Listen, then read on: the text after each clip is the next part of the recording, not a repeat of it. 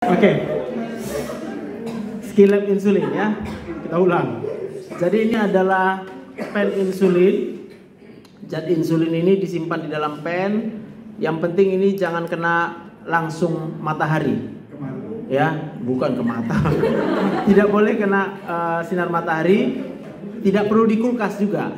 Yang penting ketutup dari matahari. Isinya adalah zat insulin. Nah dia. Nah nih. Cairan yang bening ini yang ada di dalam ini adalah insulin. Ada angka penunjuknya untuk menunjukkan berapa unit sisanya. Ya. Kemudian ini ada bagian pemutar dosis. Begini. Nanti terlihat di garis yang mana itu kemudian menentukan berapa dosis yang untuk diberikan kepada pasien. Kemudian nanti ada jarumnya. Ini jarumnya, kita buka jarumnya, lalu dikeluarkan. Ini di dalamnya ada jarum untuk menusuk, langsung ditusukkan ke sini nih, diputar ke arah kanan, lalu melepasnya. Setelah ketat, melepasnya diputar ke arah kiri. Ini masih ada tutupnya, buka dulu. Nah, ini. Oke, ini jarum yang otomatis. Otomatis maksudnya nggak perlu diukur-ukur, udah pasti pas memasukkannya. Ini adalah pemberiannya dengan cara subkutan. Ya, ini kira-kira setengah sentimeter aja nih, atau 0,7 cm. Jadi kita tusukkan aja tegak lurus, nanti sampai mentok dia nggak bisa lagi ditusukkan.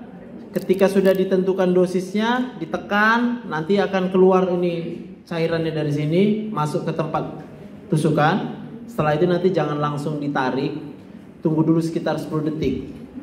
Tujuannya apa? Supaya dia diserap dulu. Kalau kita langsung tarik nanti keluar langsung yang udah kita masukkan cairannya ya. Jadi sering pasien dia langsung tarik. Nanti kita bilang berapa dosisnya? 10, masih naik gulanya. Masukkan lagi 12, 16 sampai nanti 20 pun nggak bisa turun gulanya karena nggak ada insulin yang masuk. Oke? Kita ulanglah berarti langkahnya dari awal. Sampai sini ini adalah alat yang dibutuhkan. Satu lagi adalah alkohol swab. Oke, jadi dibersihkan tempat menusuknya. Nanti jangan sampai infeksi. Oke, langkah yang pertama adalah harus bisa mengenali dua jenis insulin yang umumnya kita berikan kepada pasien. Tapi sekarang udah banyak jenisnya. Kita bilanglah 3 jenis kalau gitu ya. Ada insulin yang kerja panjang. Berarti kalau dia disuntikkan efeknya bisa 20 jam. Itu gunanya apa? Untuk mengatasi peningkatan kadar gula darah puasa yang tinggi. Kita tahu bahwa kadar gula darah puasa yang tinggi itu adalah disebabkan proses gluconeogenesis. Kapan itu terjadi? Berarti pada saat berpuasa. Kapan kita berpuasa? Berarti pada waktu kita tidak mengkonsumsi apapun mulai dari 4 jam lebih. Bisa ya? Jadi kalau kira-kira masih 3 jam setelah makan, itu masih mengandung kadar gula darah yang berasal dari apa yang kita konsumsi. Tapi lewat dari 4 jam setelah kita makan, itu sudah masuk fase puasa. Di mana yang terjadi di situ adalah gluconeogenesis. Maka tujuan pemberian insulin yang kerja panjang itu adalah untuk menormalkan kadar gula darah puasa yang tinggi. Kemudian ada insulin yang kerja singkat. Kerja singkat berarti ketika dia dimasukkan, maka dia akan mengikuti waktu penyerapan makanan karbohidrat berubah jadi glukosa di dalam darah. Jadi kalau kita makan jam 7 pagi nasi, itu kira-kira diperkirakan setelah 120 menit nasi yang kita makan itu akan sudah masuk ke dalam aliran darah berupa glukosa. Maka insulin yang kerja singkat adalah ketika dia diberikan, dia akan bekerja efeknya setelah 2 jam diberikan. Bisa? Maka insulin yang jenis ini harus diberikan tepat sebelum makan. Sedangkan insulin yang kerja panjang tadi paling baik sih dianjurkan malam hari, walaupun boleh juga siang. Tapi paling dianjurkan malam hari, hanya jangan terlalu malam, nanti keburu ngantuk orangnya.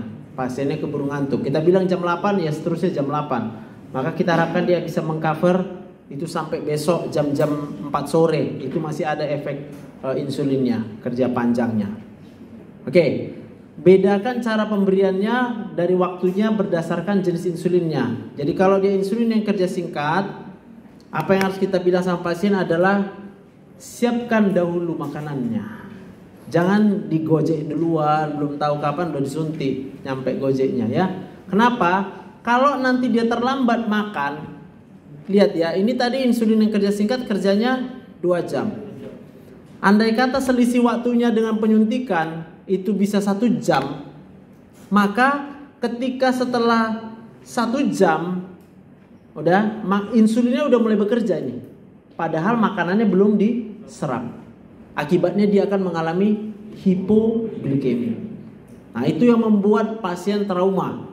Semua nanti pada bilang jangan mau pakai insulin, nanti cepat mati katanya. Memang kejadiannya seperti ini.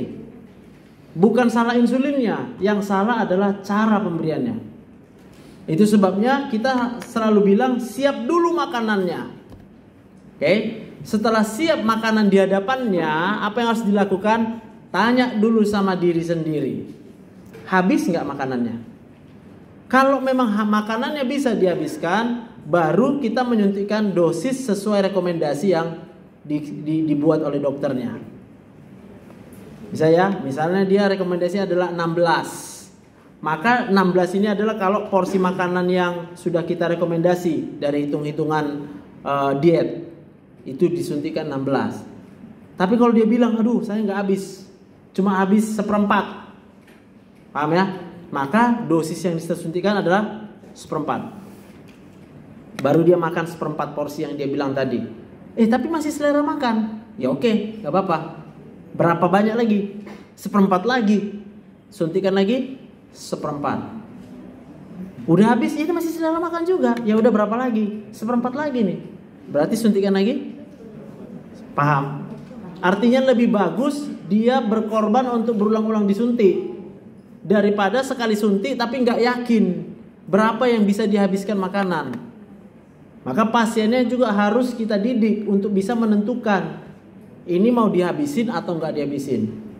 Dan kalau dia nggak makan, maka tidak boleh menyuntikkan insulin kerja pendek tanpa gitu ya, tanpa rekomendasi dokter. Kita boleh menentukan.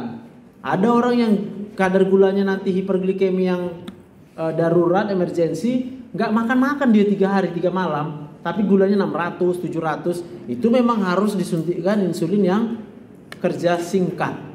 Kalau kita suntikkan insulin kerja panjang, ya sampai besok pun belum tentu turun-turun gulanya. Paham ya?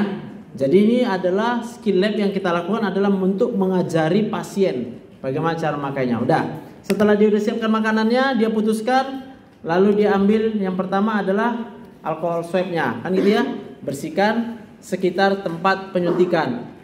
Kami tulis di situ ada 2 tempat penyuntikan. Ada bisa di sekitar pusat, satu lagi bisa di lengan atau di paha bagian dalam atau bagian luar. Yang mana yang paling bagus? Ini tergantung siapa yang menyuntikkan.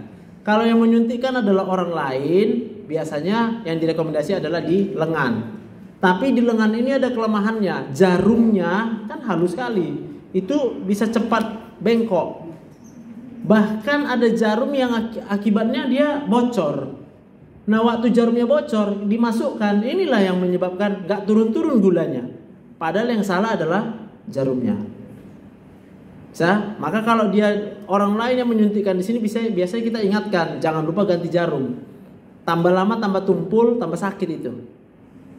Oke, kalau dia menyuntikkan sendiri, maka dia cukup di sekitar pusat. Kira-kira 1 cm atau 2 cm di atas, di samping, pokoknya keliling. Jangan pada tempat yang sama untuk suntikan yang berurutan. Paham ya? Jadi misalnya pagi ini dia di atas, ya udah jam apa nanti agak geser dikit lah, kan dia yang tahu, yang rasa di mana. Pokoknya keliling-keliling, jangan diulang aja. Karena kalau dia berulang belum sembuh luka tempat tusukan insulinnya, ya. Terus setelah itu dia tentukan dosisnya, diputar sampai ke angka yang dosis diinginkan. Oke, lalu dibuka, dikeluarkan. Misalnya ini di daerah perut sendiri ya kan. Nah ini di daerah yang biru-biru inilah berarti kau suntikkan. Boleh dibawa di atas. Masuk tegak lurus. Udah tegak lurus. Ini tekan sampai habis. Oh ini nggak bisa karena ini nggak nerima ininya, bonekanya, ya kan? Anggaplah ini sampai habis. Nah, baunya luar biasa nih insulin, ya, bau pekat dia. Dah setelah itu, setelah udah aku keluarkan tadi, tunggu sekitar berapa? 10 detik. Udah 10, 1, 2, 3 sampai 10 baru dicabut. Lalu ditutup. Oke? Lalu ngapain? Iya, itu. Ah ya. Kurasa berdoa dulu lah daripada disuntik insulin dah, ya kan?